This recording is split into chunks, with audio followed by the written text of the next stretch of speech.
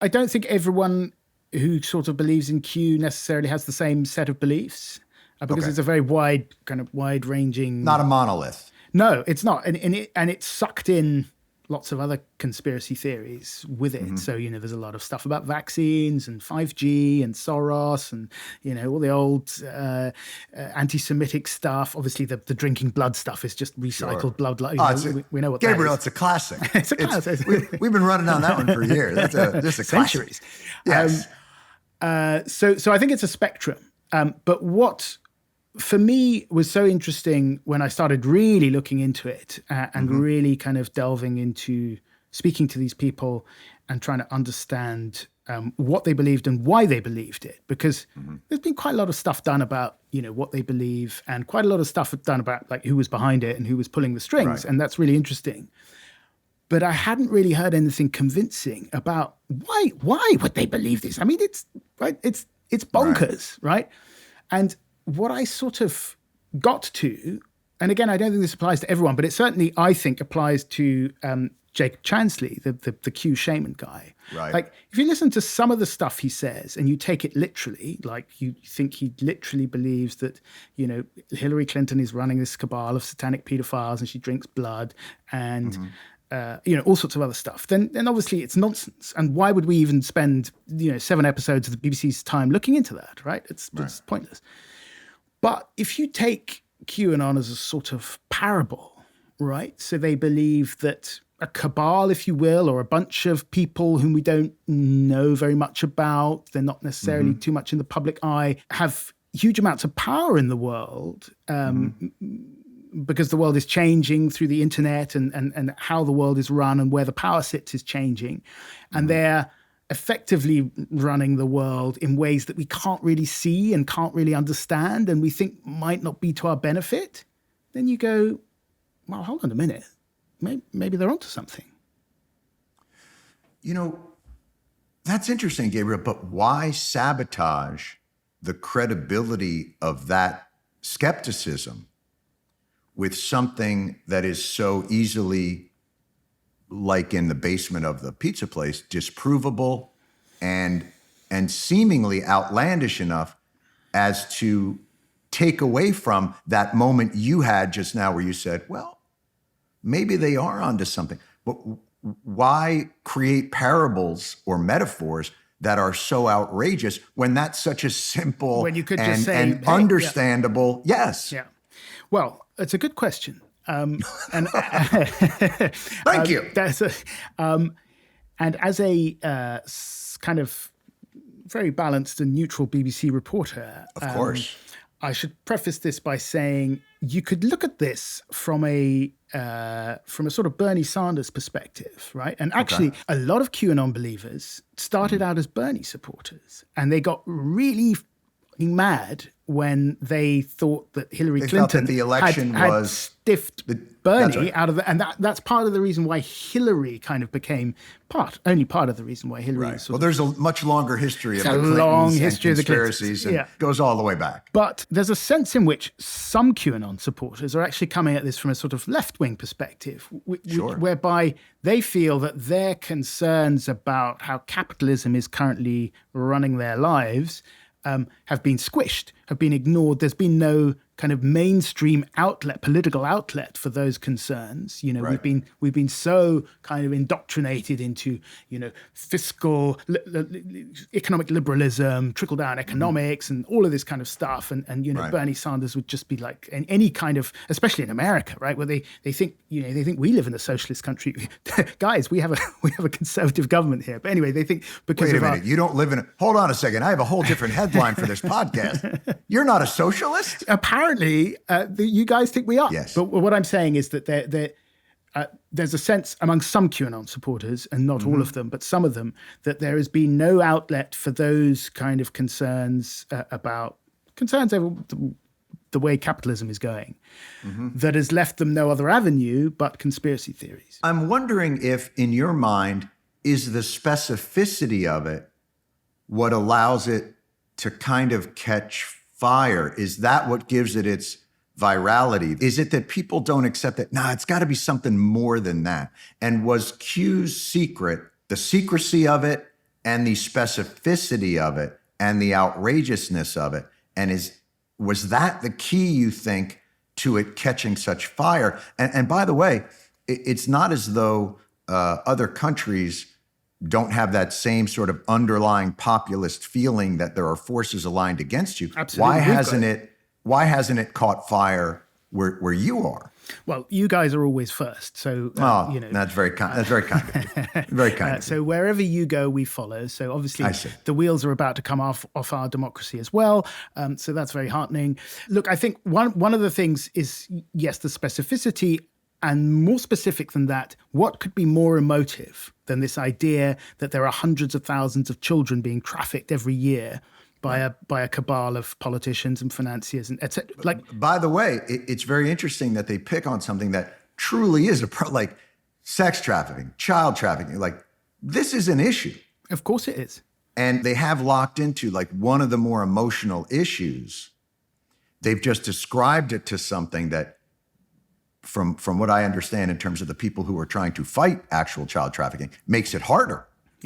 Yeah. To actually take care of the thing that they seem most concerned about. That's one of the reasons why I think it caught fire so much, because it's so emotive, right? As a parent, I know that any idea that somebody might abduct your kid, you go berserk, right? So this gets to, now, so Q takes off in America, and it sort of metastasizes. So the story is that I think it was the 27th of October, 2017, this message drops on 4chan, which is like a precursor to 8chan. Right. And it's like HRC is about to be arrested. Hillary Rodham Clinton, HRC, is about to be arrested. Right. And then like there's just thousands and thousands of messages. At some point early on, it switches to 8chan, which is this different kind of message board. And then there's this guy in the Philippines buys 8chan. And that's the guy that they've now assumed was Q. Yeah, Ron Watkins. And was I should say, just in case he sues us, he's said he's not Q.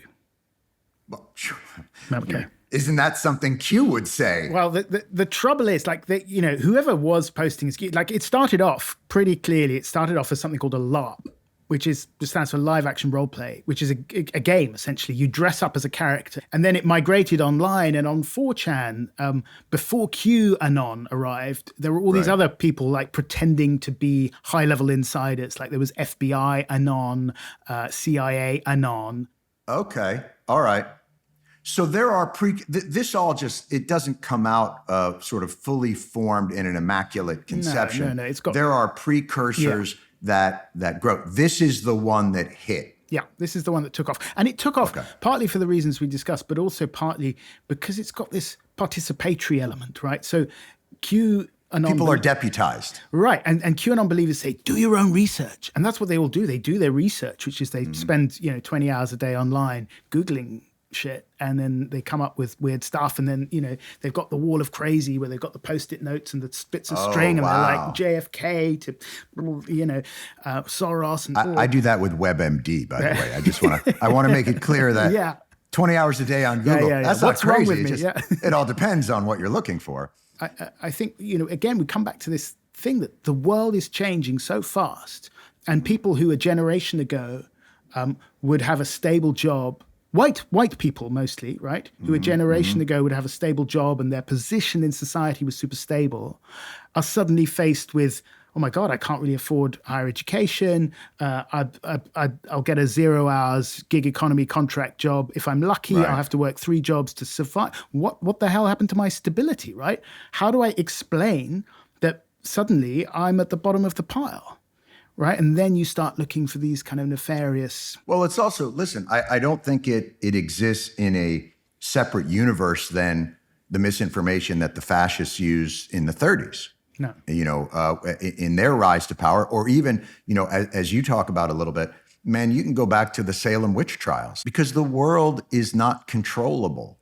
And if you feel like your world especially feels out of your control, it's natural to search for. I mean, it's mythology. So the difference between, what the Nazis were doing with their propaganda and now is that the Nazis were in control of the message, right? But now we've got the internet.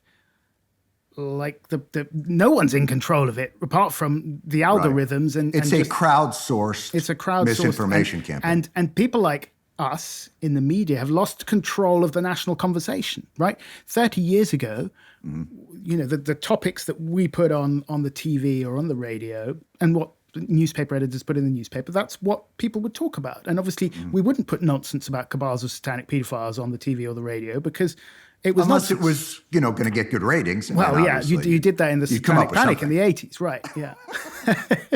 But the first witch trials coincided with the invention of a radical new piece of communications technology, which was the printing press. And I don't think those two things are an accident, right? That's not a coincidence that we've got the printing press and the witch trials, witch panic, and then we've got the internet and now this thing. Mm-hmm.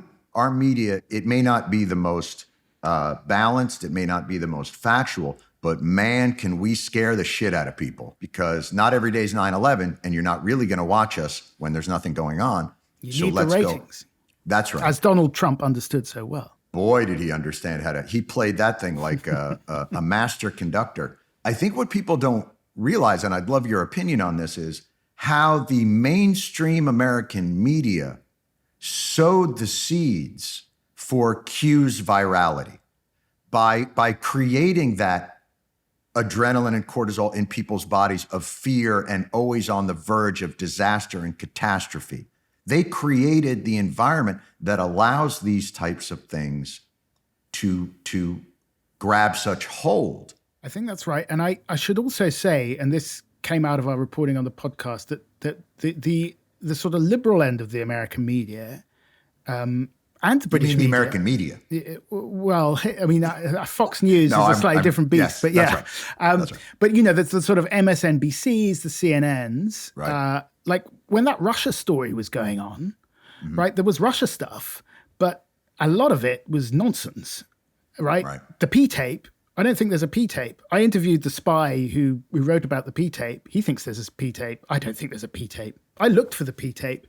I didn't. Gabriel, let me ask you a question. When you were a young man studying to become a journalist and putting in the hard work, did you ever think that a part of your journalistic career would be, I'm going to interview the spy that talked about the P-tape? I didn't. And but that's partly because I didn't study journalism. I studied Russian. Oh, you're kidding. I speak Russian fluently. I know a lot about... Oh, you are built for this moment, sir. You are built for it. Right. So it was like the pinnacle of my career. And I was absolutely freaking out that the better resourced American networks and the New York Times would beat me to the P-tape, right? So we plotted about how we were going to beat the Americans to finding the P-tape. And I'm serious. I traveled to Ukraine to interview an arms dealer I knew who knew people. My colleague went to Istanbul to interview a man who'd apparently seen the P-tape. Oh. There is no P-tape, right? The interesting thing here is there's a confluence now, because the Russians are